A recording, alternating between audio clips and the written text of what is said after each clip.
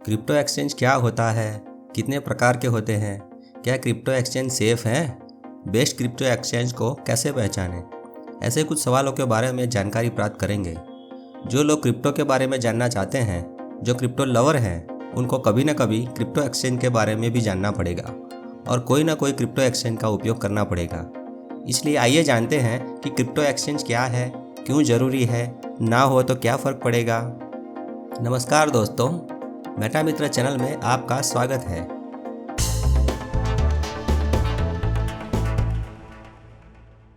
Crypto exchange को जानने से पहले एक नज़र क्रिप्टो वॉलेट और बैंक के बारे में जानते हैं।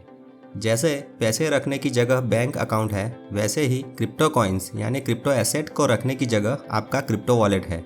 क्रिप्टो कॉइन को पैसों से खरीदने के लिए बीच में क्रिप्टो एक्सचेंज होते हैं। क्रिप्टो वॉलेट में पैसे नहीं रखे जाते और बैंक में क्रिप्टो कॉइन नहीं रखे जाते, पर क्रिप्टो एक्सचेंज में पैसे से क्रिप्टो खरीद कर रखे जाते हैं। दोस्तों, आप क्रिप्टो दो तरह से प्राप्त कर सकते हो। एक तो डायरेक्ट अपने क्रिप्टो वॉलेट में किसी से रिसीव करो और दूसरा उसे क्रिप्टो एक्सचेंज पर खरीदो। क्रिप्टो वॉलेट क्या है वो आप मेटा मित्र चैनल का अगला वीडियो देखकर जान सकते हैं। आप क्रिप्टो को किसी से गिफ्ट में या अपनी NFT बेचकर सीधा अपने क्रिप्टो वॉलेट में रिसीव कर सकते हो, जिसमें आपका कोई पैसा नहीं जाता। अब दूसरे वाले तरीके में यानी एक्सचेंज पर क्रिप्टो खरीदने के लिए आपको पैसा या डॉलर देना पड़ेगा। तो ये क्रिप्टो एक्सचेंज एक ऐसा मीडियम है जहां क्रिप्टो को बेचने वाले और ख़रीदने वाले मौजूद होते हैं। जिस तरह आप शेयर मार्केट में शेयर खरीदते हैं और बेचते हो, उसी तरह ये क्रिप्टो एक्सचेंज पर इसकी मोबाइल ऐप के ज़रिए या वेबसाइट के ज़रिए आप क्रिप्टो को बाय या सेल कर सकते हो और क्रिप्टो एक्सचेंज हर ट्रांजैक्शन का चार्ज यानी कमीशन लेगा। तो आप समझ गए होंगे कि क्रिप्टो, जो कि सोने चांदी या शेयर स्टॉक की तरह एक संपत्ति बन सकती है, उसको रखने की जगह ये दो प्लेस है। पहला क्रिप्टो वॉलेट और दूसरा क्रिप्टो एक्सचेंज। सोने चांदी या शेयर स्टॉक की तरह क्रिप्टो एक संपत्ति बन सकता है, प्रॉपर्टी की तरह भविष्य में काम आ सकता है। क्रिप्टो एक्सचेंज को आसानी से समझने के लिए एक उदाहरण देखते हैं। आप कोई दुकान से कोई चीज़ खरीदते हैं और पेमेंट करते हैं। यदि आप यह पेमेंट कैश में करते हैं तो कैश रुपये को रेगुलर करेंसी या फिएट करेंसी कहा जाता है। यह पेमेंट गूगल पे, फ़ोनपे या पेटीएम के जरिए मोबाइल से कोड स्कैन करके भी किया जा सकता है। आपने लोगों को ऐसा करते देखा भी होगा। तो ये पेमेंट डिजिटल करेंसी से हुआ ऐसा कहा जाता है। आपके बैंक अकाउंट से दुकानदार के बैंक अकाउंट में रुपयों का ट्रांजैक्शन यानी लेन देन होता है। बीच में भारतीय रिजर्व बैंक होती है, जिसका सिस्टम यह चेक करता है कि आपके बैंक खाते में पेमेंट करने के लिए पैसा है या नहीं, और उसके बाद ही पेमेंट किया जाता है। यह पूरी प्रोसेस कुछ ही सेकंड्स में हो जाती है। उसी तरह जब एक क्रिप्टो वॉलेट से दूसरे क्रिप्टो वॉलेट में पेमेंट होता है तो बीच में कोई बैंक नहीं होता है। इंटरनेट के ब्लॉकचेन सिस्टम में स्मार्ट कॉन्ट्रैक्ट प्रोग्राम द्वारा सब कुछ चेक करके यह पेमेंट किया जाता है। यह किसी एक देश के बैंक द्वारा नहीं, बल्कि इंटरनेट नेटवर्क से जुड़े सैकड़ों कंप्यूटरों द्वारा संचालित होता है, जो कि बहुत ही सुरक्षित है। जब आप क्रिप्टो को डिजिटल करेंसी में, रुपये में या डॉलर में कन्वर्ट करना चाहते हैं या डिजिटल करेंसी को क्रिप्टो में कन्वर्ट करना चाहते हैं, तो आपको एक मीडिएटर यानी एक्सचेंज की ज़रूरत पड़ती है। ये एक्सचेंज क्रिप्टो इकोसिस्टम का एक इम्पॉर्टेंट पार्ट है। क्रिप्टो वॉलेट और एक्सचेंज दोनों ही आवश्यक हैं ताकि आप आसानी से क्रिप्टो कॉइन और डिजिटल करेंसी का मैनेजमेंट कर सकें। क्रिप्टो एक्सचेंज न हो तो आप क्रिप्टो कॉइन्स को रुपये पैसे में कन्वर्ट नहीं कर सकते। फ़र्क सिर्फ इतना ही पड़ता है कि आपको कोई चीज़ खरीदनी है तो आपको क्रिप्टो कॉइन में पेमेंट करना पड़ेगा। जैसे कि पिछले कुछ न्यूज़ में सुना होगा कि बड़ी बड़ी कंपनियां उनकी प्रोडक्ट या सर्विस के बदले अब सीधा क्रिप्टो कॉइन में पेमेंट करने का ऑप्शन भी देती है। क्रिप्टो एक्सचेंज जानने के बाद अब देखते हैं कि क्रिप्टो एक्सचेंज के कितने प्रकार हैं। क्रिप्टो एक्सचेंजों को 3 कैटेगरी में बांटा जा सकता है। पहली कैटेगरी है सेंट्रलाइज्ड क्रिप्टो एक्सचेंज, दूसरी है डिसेंट्रलाइज्ड क्रिप्टो एक्सचेंज और तीसरी कैटेगरी है हाइब्रिड क्रिप्टो एक्सचेंज यानी मिक्स कैटेगरी। सेंट्रलाइज्ड एक्सचेंज यानी CEX सबसे कॉमन और पारंपरिक प्रकार है। सेंट्रलाइज्ड एक्सचेंज प्राइवेट कंपनी या उसका कोई ओनर चलाता है, जिस पर गवर्नमेंट यानी सरकार का नियंत्रण होता है।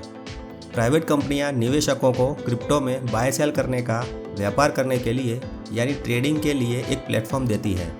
अगर आप नए हैं और सीखना चाहते हैं, शुरुआत करना चाहते हैं और देखना चाहते हैं कि ये काम कैसे करता है, तो इस प्रकार के एक्सचेंज का उपयोग कुछ नया जानने के लिए हो सकता है। कंपनी इसमें सरल यूज़र इंटरफेस बनाती है ताकि लोग आसानी से समझ सकें और इसका उपयोग करके इन्वेस्टमेंट या ट्रेडिंग सीख सकें। यहाँ प्राइवेट कंपनी होने की वजह से ग्राहक की सहायता के लिए कस्टमर केयर सपोर्ट होता है।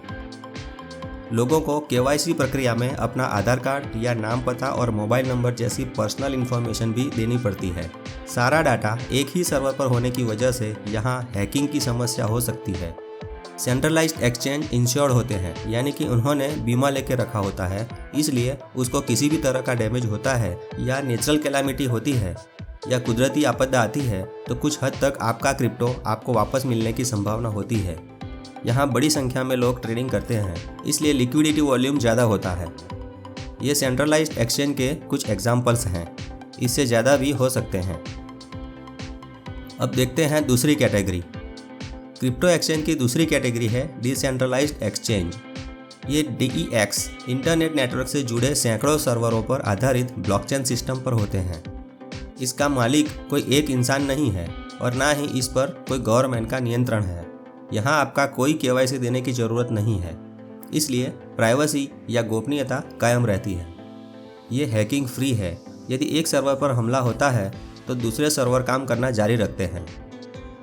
इसमें डाटा चोरी की संभावना बहुत कम है, इसलिए यह सबसे सुरक्षित है।